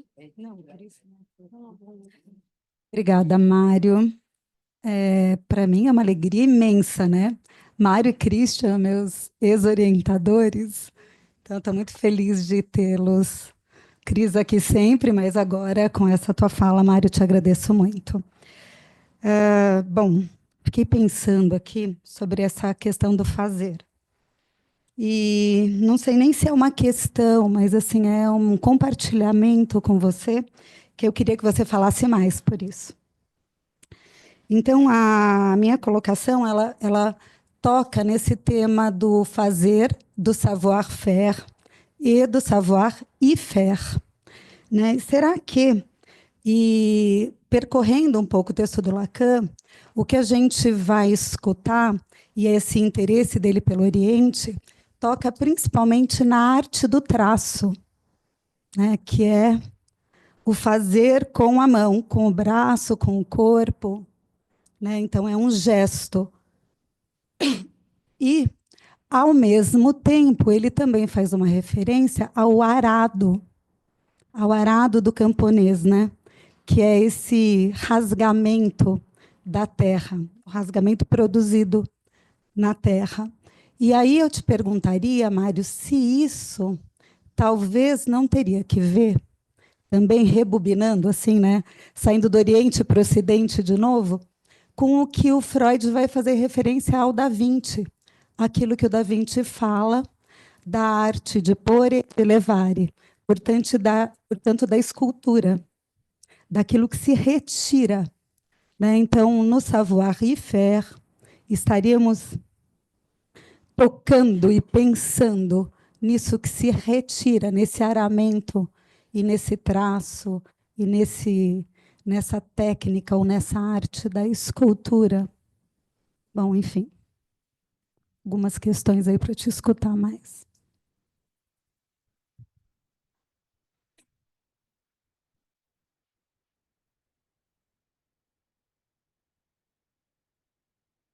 Bom, muito obrigado às perguntas, às intervenções. Queria te agradecer muito, Christian. Foi realmente muito brilhante o teu comentário, assim, muito, né, me senti muito escutado e muito, né, estimulado. Vou tentar reagir de uma maneira rápida para poder deixar circular, mas eu teria muitas coisas a dizer a respeito desse teu... É muito estimulante o que você traz aqui. Né? Eu acho que você sacou muito bem essa coisa lá que eu peguei no Belchior, né, que você retoma lá pelo João Cabral, né, a educação pela pedra, né, essa coisa de como é que você, né, pela pedra você consegue tocar o poético. E como é que a gente, claro, você pegou vários tópicos, talvez eu não consiga falar de todos aqui, mas assim, a questão dessa palavra seca, né, palo seco, né, e essa relação com o problema da personalidade, né, essa crítica, ela precisa fazer essa desconstrução da personalidade, porque senão não avança. A mesma noção de sujeito, eu a utilizo, né, eu trabalho no laboratório de psicopatologia do sujeito, porque ela é mais maleável para quem não é da área, mas o próprio Lacan abandona a ideia de sujeito, ele precisa desconstruir isso também. Quando ele vai colocar, por exemplo, a ideia de um par-lettre no lugar do sujeito. E a ideia do par-lettre, ele tem muito a ver com essa desconstrução pela linguagem de toda essa coisa aprisionadora que pode ter. Então tem a ver com o problema da patologia. Eu acho que é Glaucia que enterrou sobre a patologia. Né? Bom, no Freud, ele está falando da neurótica, claramente a patologia era essa cristalização, era essa aprisionamento. O sujeito não conseguia mais sair desse samsara, dessa repetição sem fim. Né? Essa ideia do eterno retorno não é uma ideia freudiana, você tem velho como o mundo. Então, né, como é que o sujeito sai disso? Então, a palavra seca, ela permite fazer aquilo que é mais fundamental de tudo, que é de manter, aí você pegou a referência lá, a angústia, manter a falta faltando. Porque quando falta, começa a sufocar. Né? Tem o tem esse estreitamento, tem da angústia, tem esse... Né? O sujeito entra em pânico, né? Não tem saída, fica sem saída. Quando eu sou igual à minha definição, eu estou louco. Né? Quando eu tenho uma definição exaustiva de mim mesmo, estou morto. Eu estou aprisionado. Então, por isso que essa ênfase na análise de como é que você mantém, né? Com a palavra seca, você não coloca. A ideia não é tanto que você vai colocar outra palavra no lugar, mas você vai manter aberto o buraco. Vai manter a falta não faltando. A ideia da falta não faltando, agora eu vou ler o duplo canto. É uma página só. Não, uma página não. Eu tinha vontade de ler a página inteira, mas vai ser só um verso. Né? A ideia do.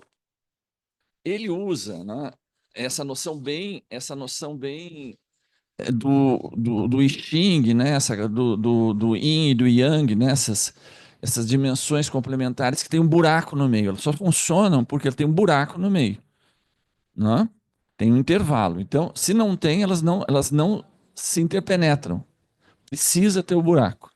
Então, a própria poesia do Cheng, ela trabalha com esse pano de fundo taoísta o tempo todo. Não é? Como é que se trabalha? Com yin e yang, luz, sombra, masculino, feminino, se articulando o tempo todo, mas entre eles tem sempre um buraco que não permite que tudo seja recoberto.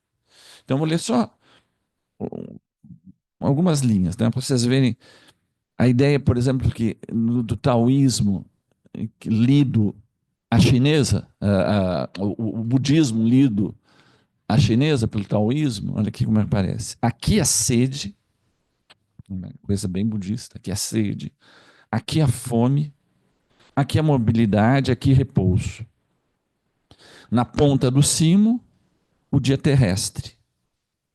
Avalia seu vasto reino. Então, tem o cimo embaixo, o dia, a noite, isso tem o tempo todo. Mas isso nunca remete a algo que você consiga organizar na tua cabeça uma representação dessa paisagem.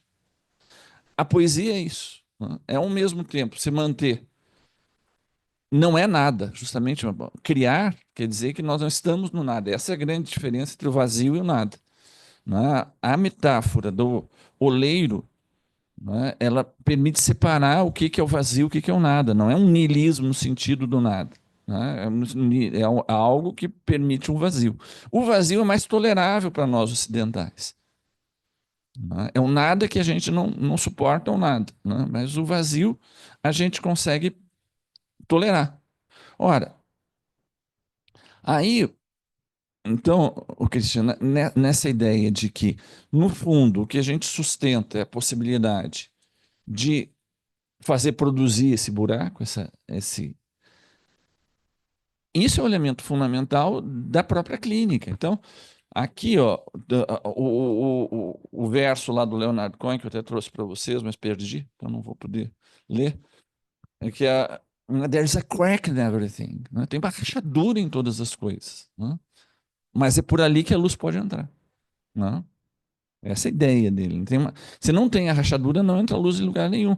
É a mesma coisa, da outra vez que eu vim aqui, faz já alguns anos, eu me lembro de ter falado da leitura do Wittgenstein pelo Lacan, né? Lá do Tractatus. Tractatus termina lá pela famosa frase que o Lacan vai tirar 500 consequências éticas, que aquilo que não pode ser, né, falado em linguagem proposicional, então é melhor que seja calado. Né? É uma coisa ética. Mas se a gente pega 2 parágrafos antes, aí você entende como isso, no fundo, é uma ética desse tipo aqui. O que ele vai dizer? Quando todos os problemas humanos que podem ser tratados com linguagem proposicional tiverem já sido resolvidos, né, todo o principal terá ficado de fora. Né? E isso em si já é uma resposta. Ele diz isso. Né? A resposta é que a linguagem proposicional lida com as coisas mundanas. E isso cria um buraco. Mas onde é que a gente existe? Existe no buraco. E que a ética é justamente... Então, e isso é importante para entender a ética filosófica que está por detrás do DSM. A ética do DSM não é o que ela captura, mas o que ela deixa de fora. Não é? Ah, eu sou especialista em fazer estatística sobre quem depende de droga. Todo o resto não é problema técnico. Por que que ele bebe? Não é problema técnico. Então, nesse sentido, se inscreve nessa ética freudiana. Não é para resolver, não é para colocar uma outra proposta de vida no lugar. Nós não vamos propor o que é uma ordem, embora você possa fazer uma arqueologia, você vai ver que a ordem, de fato, é uma ordem, vocês escreveram muito bem lá, do neoliberalismo. Né? Mas a ideia é essa. Né? Eu resolvo problemas mundanos para não confundir ciência com a vida.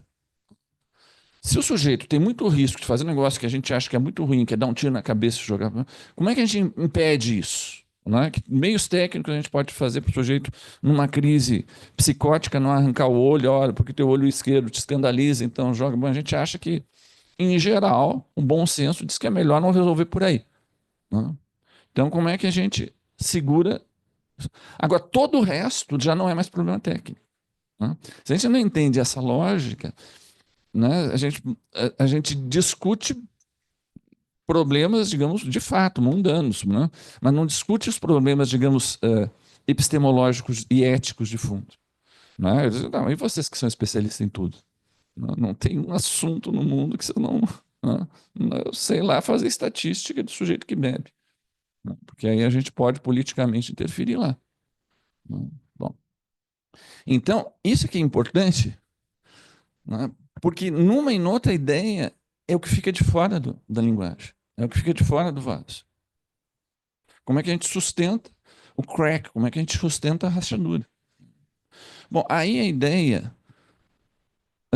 da patologia, ela sempre implica, como eu estava falando, um sujeito, né? O sujeito está lá inviabilizado naquela solução, que aí tem a ver com o que você estava dizendo, né, Cristian? Como é que se inscreve no mundo? Né? Tem sujeitos que, né, primeiro, né, mal-estar na civilização, para dizer dessa incompatibilidade do que você pode encontrar com solução no mundo. Mas você tem um mundo que é totalmente, te coloca na posição de um não lugar absoluto, isso em si já é patológico. Né? Você não tem nenhum lugar onde você se inscreva. Mas a questão da Gláucia a respeito do desossar o frango, se isso não recoloca a questão da patologia, né?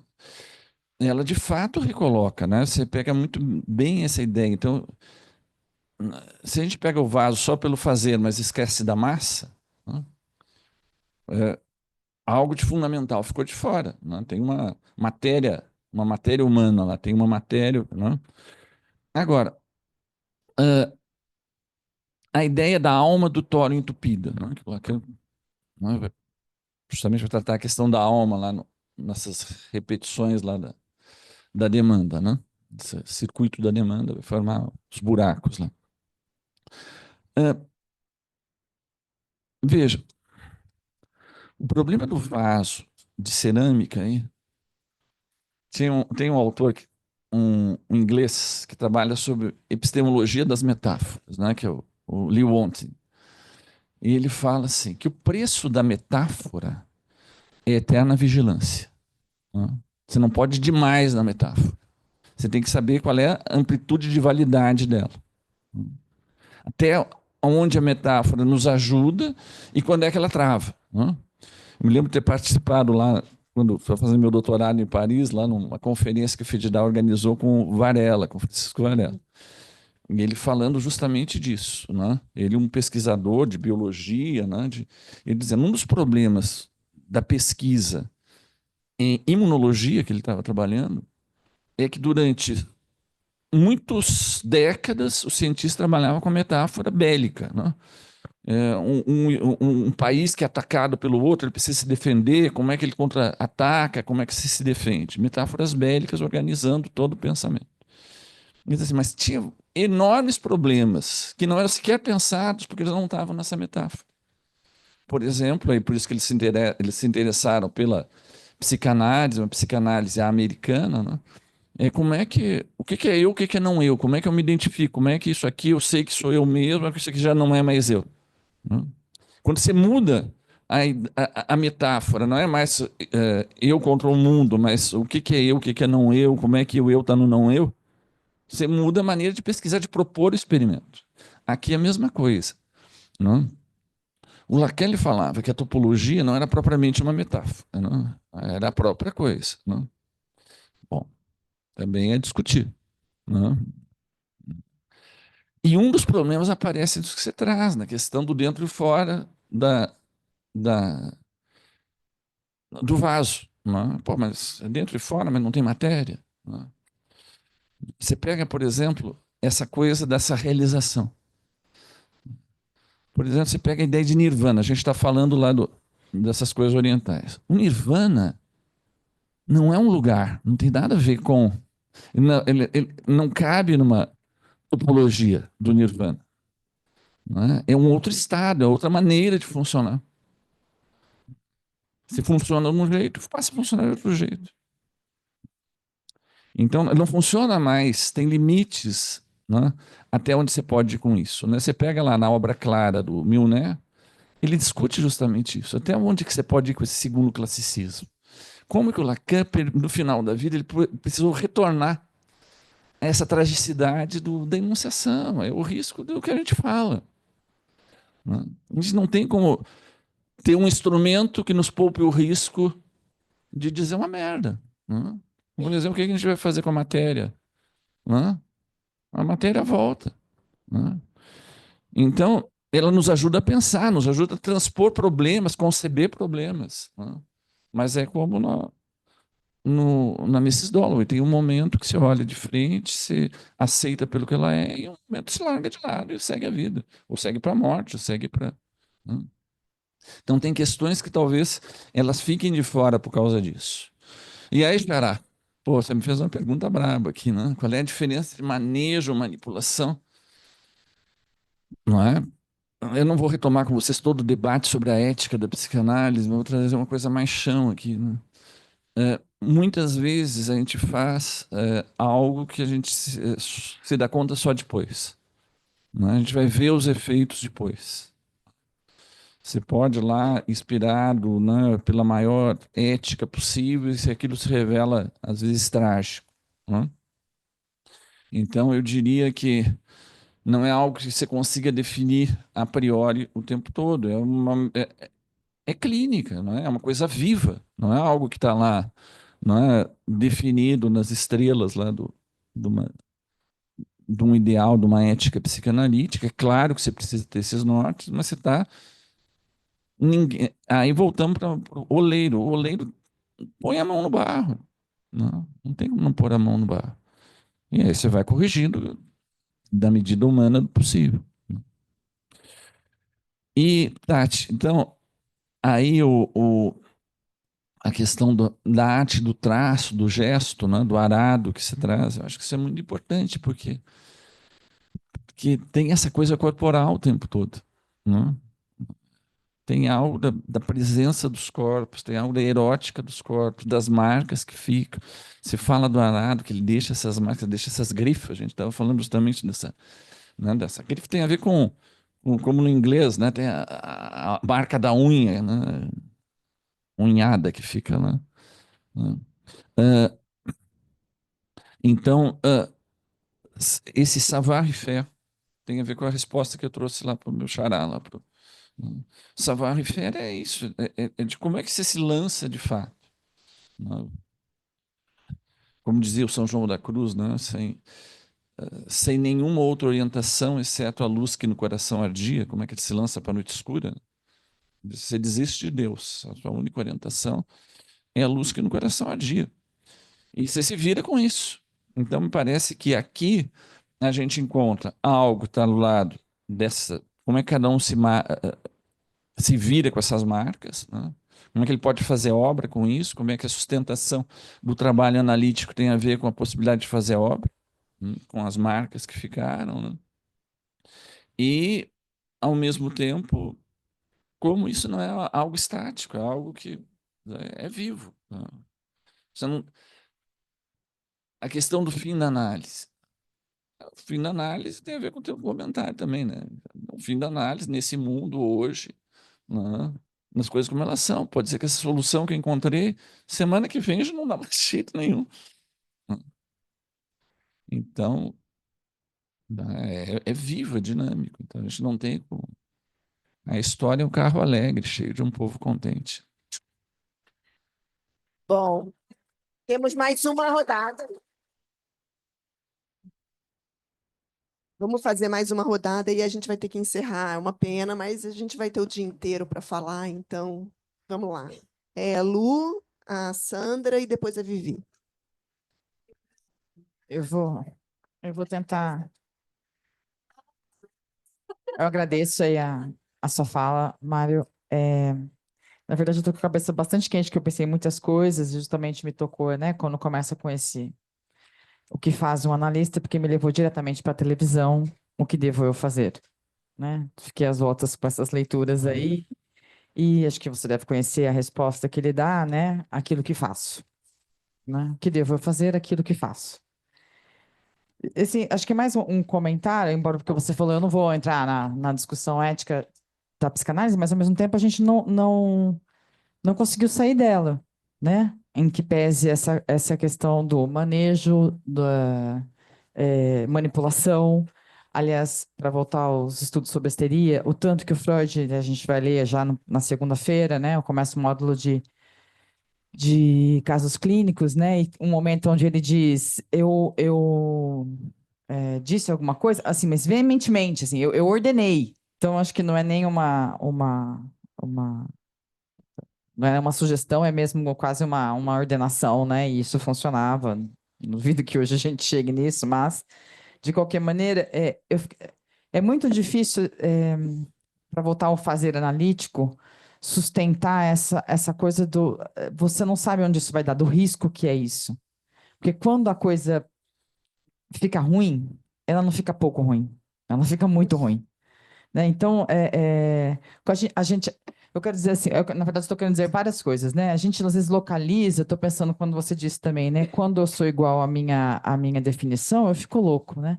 Eu achei muito bom isso, porque me lembrou um caso, justamente a pessoa estava exatamente assim, e sem que a gente consegue saber o porquê ela volta, francês, então dá para dizer alguma coisa, com Truder, né? Ele falou, você sabe essa expressão? A gente fala isso quando, acho que é da aviação, que vem quando você entra num Truder, né? Num vácuo, num buraco de ar, né? E isso cessa a angústia sem que acabe com o desejo de continuar ali, o envolvimento com a análise, mas não tinha tanta angústia mais justamente esse buraco que fez que ele não fosse mais igual à definição, né? E foi possível aí alguma coisa. Foi possível aí trabalhar em volta desse buraco. Mas isso são os casos, digamos assim, entre aspas, de sucesso. O que você faz no buraco é um caso de sucesso. Olha que maravilha, né? A psicanálise é assim, não é porque você encheu, é porque esvaziou, então você está... Agora, quando isso não se dá, né? Como que a gente pode pensar na resposta do Lacan em televisão? Então, faço o que eu faço, e a gente sabe também que as histórias não são das melhores, muitas vezes com Lacan, seus pacientes suicidas e etc. Como isso pode ajudar a gente a sustentar esse risco? Entende isso que ele diz, né? Porque no fim ele vai cair ali na ética do bem dizer, ele vai contrário ao Kant, ele fala o Kant tem uma ética do solteirão, né? O que é ótimo, o jeito que ele diz. E como é que a gente vai tentar, como que a gente funciona talvez voltar um pouco à modéstia freudiana, né? Assim, a humildade. Olha, é só isso aqui, vamos ver. Bom, sei lá, eu falei demais, agradeço novamente. Se a gente puder conversar, seguir conversando, agradeço. Não, pode falar. Fala. Não, Mário, bom, uma satisfação te escutar, porque eu me recordo de alguns anos atrás, quando você veio aqui num espaço que era o Outras Conversas, que inclusive acho que a Rita coordenava, né? E você trouxe um exemplo, um recorte clínico, né, do início da sua prática ainda como médico, né? E aí você me corrija se tiver algum, que você estava num plantão, né, no carnaval, e um caminhão cheio de operários, né, eles foram todos eletrocutados, né? E você estava sozinho e você teve que fazer uma escolha, né, sobre o seu fazer, né? E tem algo que eu acho que a gente fica muito constrangido de falar, que é a questão da eficácia, né? Que é engraçado porque o Freud falava sobre eficácia e o Lacan também fala sobre a eficácia do fazer em diferentes momentos do ensino dele.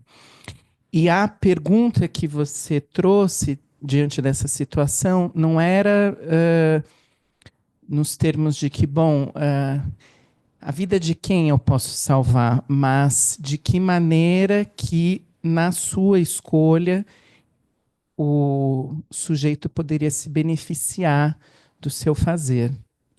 De alguma maneira, você deslocou, né, a seta, né?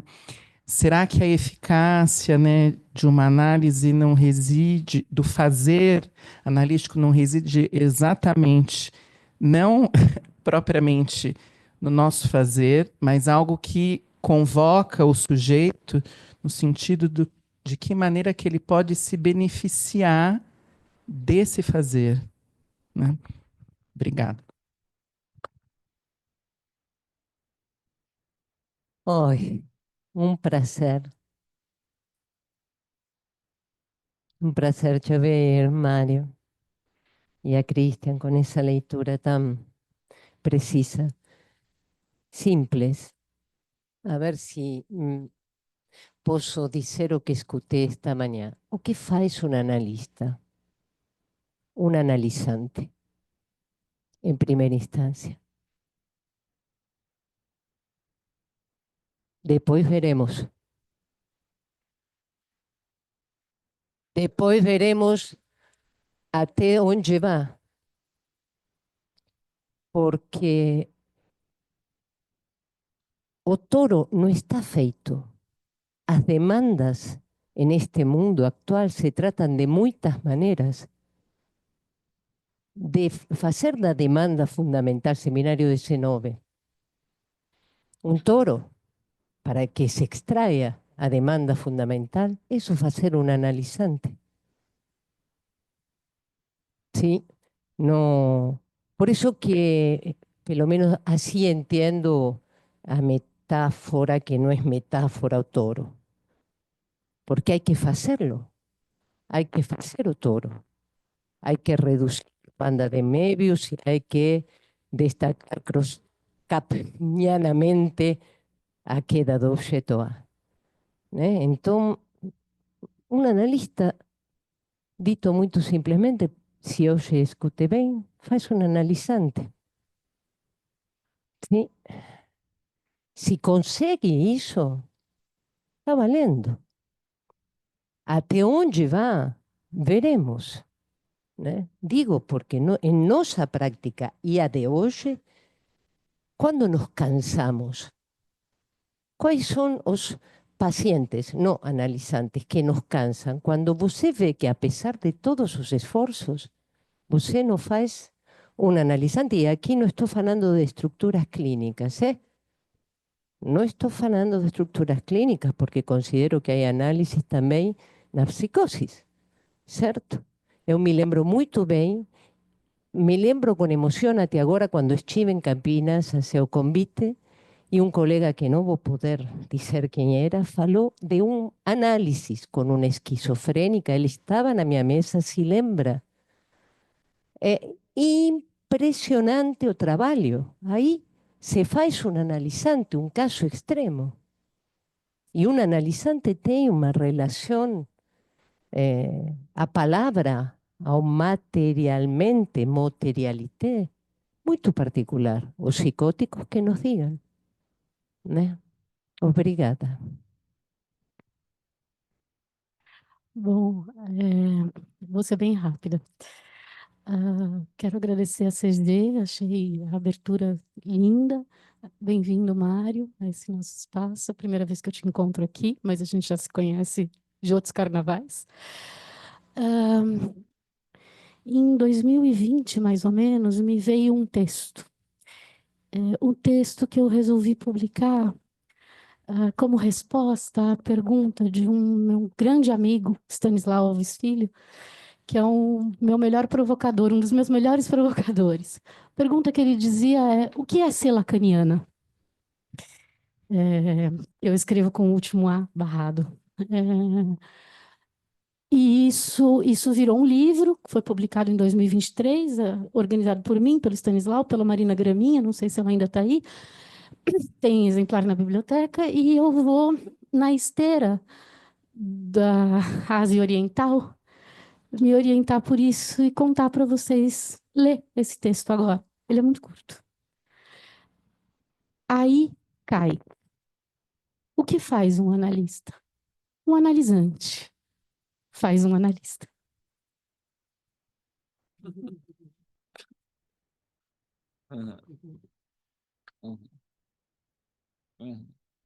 Não sabemos se é ucraniano.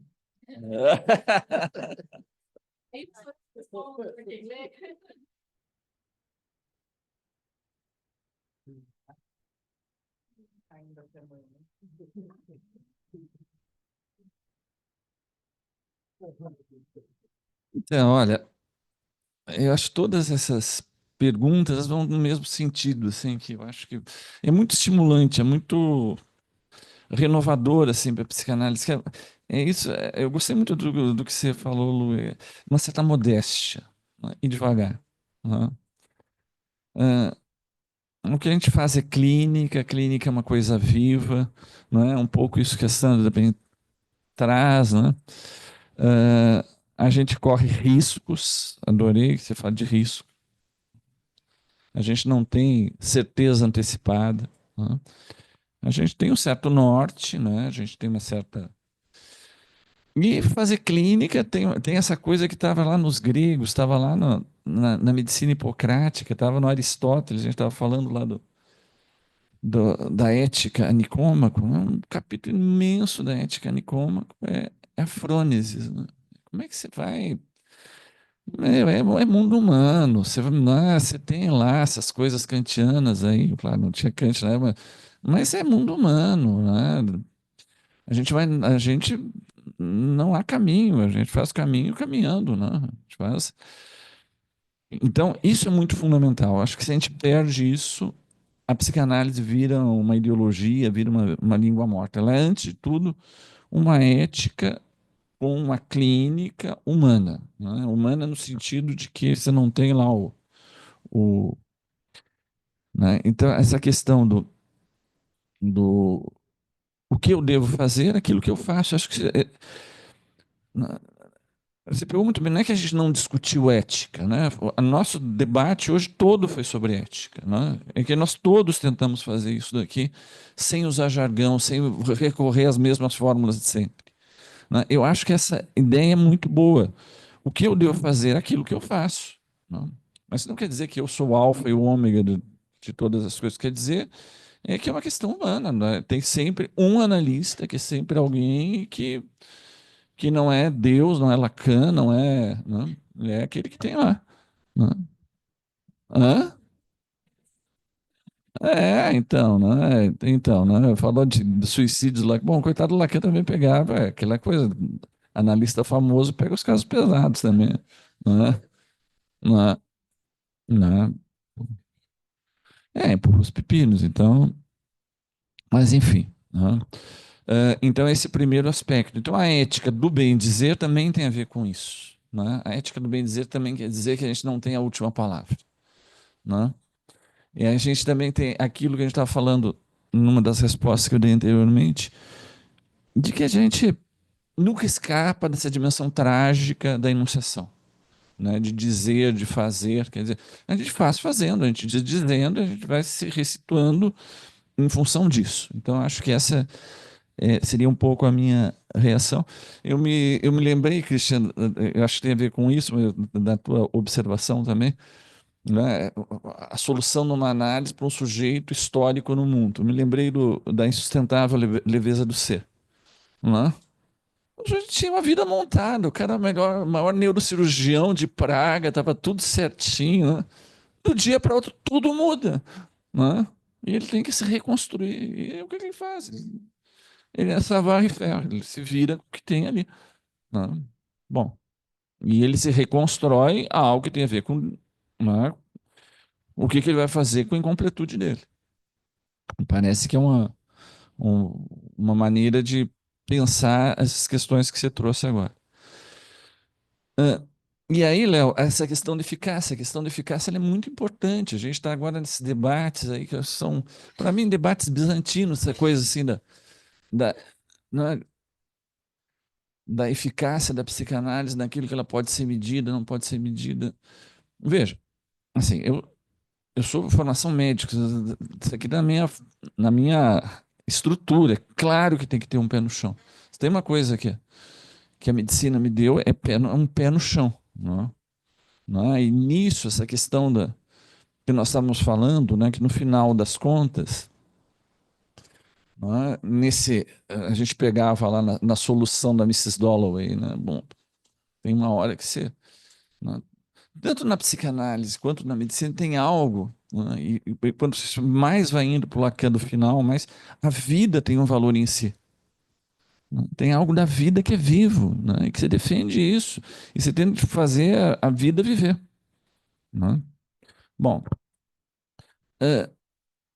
a coisa da eficácia, tem eficácias práticas. A discussão lá do Wittgenstein, bom, é melhor, né, principalmente se é alguém, sou eu, alguém da minha família, espero que se eu ficar psicótico, não deixem fazer uma solução de arrancar um olho e, né, é um bom senso elementar, né? Tem outras soluções, sai mais barato. Esses dias, né, teve outro lá que chegou, se autoimasculou, chegou lá com os testículos para o socorro. Tem soluções mais baratas que essa daí. Bom, então, tem dimensões práticas que essas são mensuráveis. Aí eu acho que é bom que se meça mesmo. Mas a questão, e é o que o Wittgenstein traz, e que é fundamental entender essa ética, é que tem algo que é fundamental que não é recoberto por isso daqui. No dia que tiver todos os problemas solúveis resolvidos, aí que vai começar os problemas com os quais a gente lida. Então, é a questão da eficácia nesse plano. O que a gente pode fazer? E nesse plano, a gente tem esse problema. A gente faz o que a gente faz, a gente faz vivamente dentro da clínica, vai corrigindo com o barco andando. Né? Então, me parece isso aqui. Então, essa questão da eficácia, a gente lida com a eficácia sem desmerecer, olha, não é? A gente acabou de sair de uma pandemia, não é a mesma coisa se a cloroquina trata ou não trata Covid. Não é, isso tem consequências. Claro que tem que ter um saber positivo sobre isso. Mas na hora que todo mundo tiver vacinado, não é que terminaram os problemas, aí que começa. A psicanálise trabalha nessa... E é nesse plano que a gente precisa responder. E aí, Sandra, e aí eu acho que vou reagir à tua questão, que eu acho que é fundamental, é muito bonita a tua questão, mas também próximo isso que a Vi trouxe, né? Que isso eu acho que é fundamental. Né? A primeira coisa é a instauração, vamos chamar assim, de uma situação analítica. Né? Essa é a primeira coisa. Eu acho que isso eu trouxe isso, eu tendo a te acompanhar nisso, que o primeiro passo é fazer um analisante. Né? O primeiro passo é fazer um analisante. Mas aqui também, o fazer um analisante só se dá se tem um analista. E o analista, como eu disse, só se dá se o analisante também se reconhece. Tem algo dialético ali. Mas, ao mesmo tempo, tem essa dimensão que eu quero falar, tem a insondável decisão do sujeito. Né? Isso vai até um certo ponto do que a gente pode fazer. A gente tem pessoas que nos procuram, né, com um certo grau de abertura e que isso pode virar, e às vezes não vira com a gente, mas vira com outra pessoa. Né? Né? Às vezes não vira com ninguém. Né? E isso faz parte da... Então, eu tendo a te acompanhar desde que a gente não tenha uma posição muito idealista disso. Né? É a vida como ela é, né? Você está lá aberto para né, para poder escutar. É um momento muito delicado, esses primeiros encontros. Eles são fundamentais, é quando algo pode se dar ou não se dá. E tem algo de insondável nisso, que às vezes dá liga, às vezes não dá. Né? Tem algumas variáveis que a gente consegue mexer e outras você só percebe quando a Inês já está morta. É verdade, né? Quem nunca se deu conta depois que não há mais nada que fazer, como é que eu pude ter... Mas eu acho isso. Então, mas dito isso, eu diria assim que é uma observação ao mesmo tempo que une bem. A gente tem vamos dizer assim, uma metapsicologia descentrada em análise e, ao mesmo tempo, incorporando essa coisa viva de que, enfim, né, isso é em aberto, a gente não controla tudo.